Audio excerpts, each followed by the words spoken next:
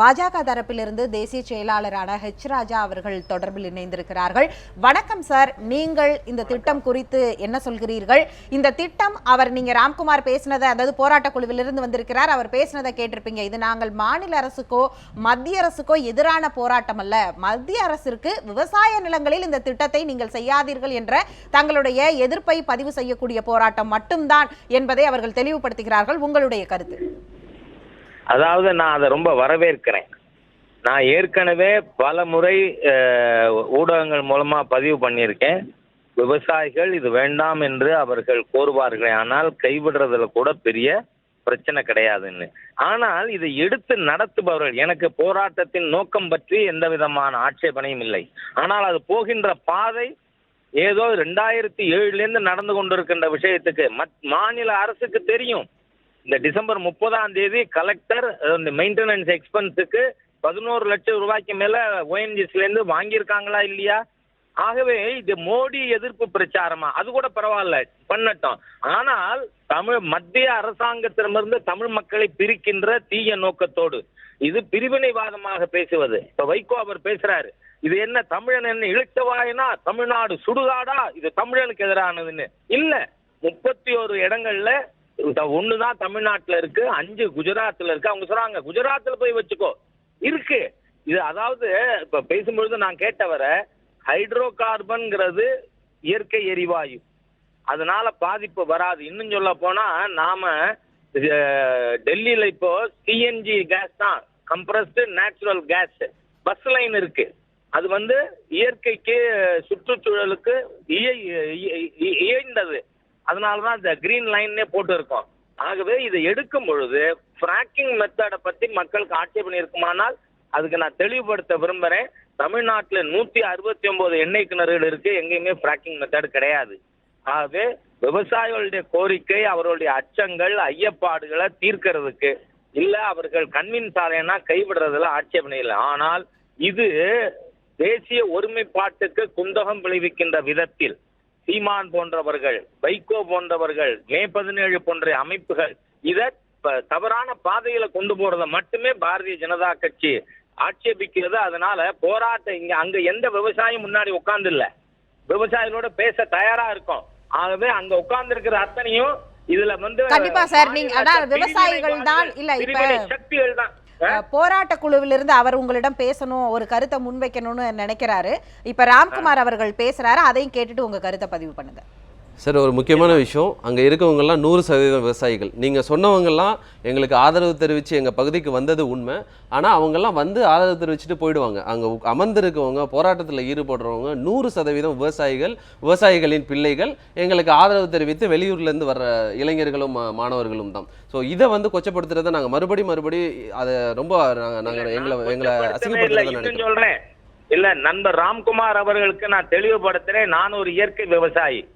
நான் அதனால்தான் ஜல்லிக்கட்டும் பொழுது நானே வளர்த்த மாடை நான் அவுத்து விட்டு என் மேல வழக்கு இருக்கு, மாநில அரசு வழக்கு திறந்திருக்கு. நான் 100% உங்களோட இருக்கேன். ஆனால் இது தமிழ்நாட்டுக்கு மட்டும் இந்த தீய திட்டம் வந்ததாக அதை மோடி கொண்டு வந்தாருன்னு பேசுவது, அதே போல இதை பிரிவினைவாதத்திற்கு உரம் சேர்க்க முயற்சிப்பதை மட்டும்தான் நான் கண்டிக்கிறேன்.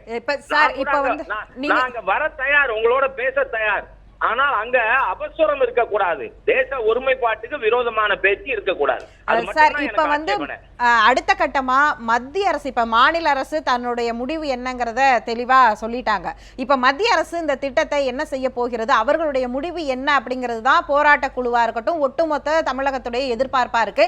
அது என்னவா இருக்கும்னு நீங்க நினைக்கிறீங்க சார்? நான் சொல்றது ஒரு சிம்பிள் விஷயம் இல்லம்மா. ஏதாவது ஹைட்ரோ கார்பனே இந்தியாவில் இனிமே இயற்கை வாயுவே நாம எடுக்க மாட்டோம்னு அரசாங்கம் முடிவு பண்ணணுமா? இல்ல இங்க ஆட்சேபிக்கிறாங்க, அதுக்காக இது மாத்திரம்னு முடிவு பண்ணணுமா? இது பாலிசி டிசிஷன். ஏன்னா இதை எந்த அளவுக்கு கொண்டு போயிருக்காங்கன்னா, ஏதோ தமிழகத்திற்கு தீங்கு விளைவிப்பதற்காக, தமிழ் மக்களுக்கு விரோதமான திட்டம்னு பேசுறத நாம முதல்ல டிஸ்பெல் பண்ணணும், அதை முறியடிக்கணும், அப்புறம் டிசிஷன் எடுப்போம். ஏன்னா அது நிச்சயமா நான் அனுமதிக்கவே முடியாது. ஆனா 100% நான் நெடும்பாசல் விவசாயிகளோட இருக்கேன்.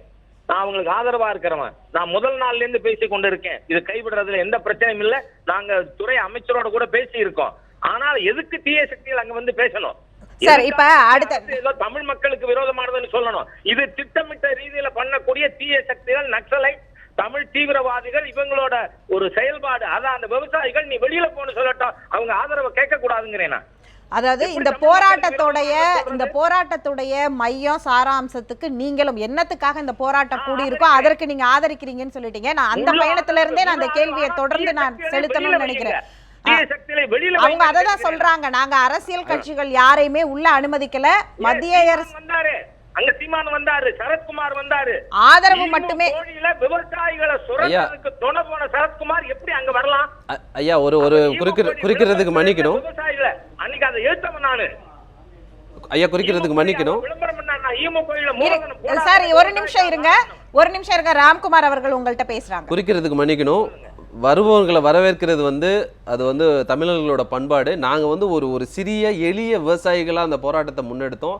அப்படி முன்னெடுக்கிறப்போ எங்களுக்கு ஆதரவு தெரிவித்து வர்றவங்களை வரவேற்கிறது தப்பாக எங்களுக்கு தோணலை. அதே மாதிரி அவங்க பேச ஆரம்பிக்கிறதுக்கு முன்னாடி முழுக்க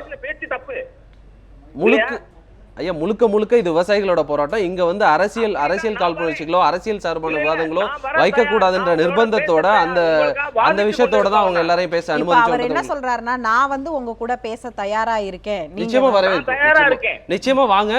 அது நிச்சயமா வாங்க, எங்க மக்களோட பேசுங்க, அவங்களோட உணர்வுகளை புரிஞ்சுக்கோங்க. நிச்சயமா எங்க பகுதியில நீங்க பயணம் பண்ணுங்க. ஏற்கனவே நீங்க சொல்ற அந்த 160 கிணறுகள் அந்த கிணறுகள் இருக்கிற இடத்தை சுற்றி பாருங்க. அந்த இடத்துல அந்த விவசாயங்கள் அந்த கிணறுகள் அமைக்கிறதுக்கு முன்னாடி என்ன நிலைமையில இருந்தது, இப்போ என்ன நிலைமையில இருக்கு, இதெல்லாம் ஆராயுங்க. ஏன்னா ஒரு தொழில்நுட்பம்ன்றது ஐயா ஒரு நிமிஷம் நான் சொல்றத கேட்கலாமா? கண்டிப்பா கேக்குறீங்க, சொல்லுங்க. அதாவது இன்னைக்கு தோல் பதனிடும் தொழிற்சாலைகளால் திண்டுக்கல் வெள்ளூர் மாவட்டத்துல விவசாயத்துக்கும் குடிக்கிறதுக்கும் தண்ணி பயன்படுத்த முடியல. நிச்சயமா. அதே மாதிரி சர்க்கரை ஆலை இருக்கிற இடத்துல அந்த மாதிரிதான் இருக்கு. இதுல ஆனா நரிமணத்துல ONGC காம்பவுண்டுக்கு பக்கத்துல பசுமையான தென்னந்தோப்பு நான் காட்ட தயார். திருவாரூர்ல பக்கத்துல நெல்லு விளையிற பூமி காட்ட தயார் விஞ்ஞான ரீதியாக. ஆனால் இது எல்லாம் இருந்தால் நான் கைவிடுறதுக்கு நான் பேசியிருக்கேன், நான் அமைச்சர்கிட்ட பேசியிருக்கேன், அதை நான் பதிவாவே போட்டிருக்கேன் என்னோட ட்விட்டர்ல. எஸ், நான் உங்களோட பக்கம் இருக்கேன். ஆனால் இது ஏதோ தமிழ்நாட்டுல தமிழன் என்ன தமிழ்நாடு சுடுகாடா, தமிழன் எழுச்சமாயினா? இந்த திட்டத்தை பொறுத்த வரைக்கும் நீங்க அந்த மக்கள்கிட்ட பேசுறேன்னு சொல்லியிருக்கீங்க, நீங்க முழு ஆதரவு கொடுக்கறதா சொல்லியிருக்கீங்க. மத்திய அரசு என்ன நிலைப்பாடை எடுக்குதுன்னு பார்க்கலாம். நிகழ்ச்சியில் பங்கேற்று நீங்கள் உங்களுடைய கருத்துக்களை பகிர்ந்து கொண்டதற்கு மிக்க நன்றி.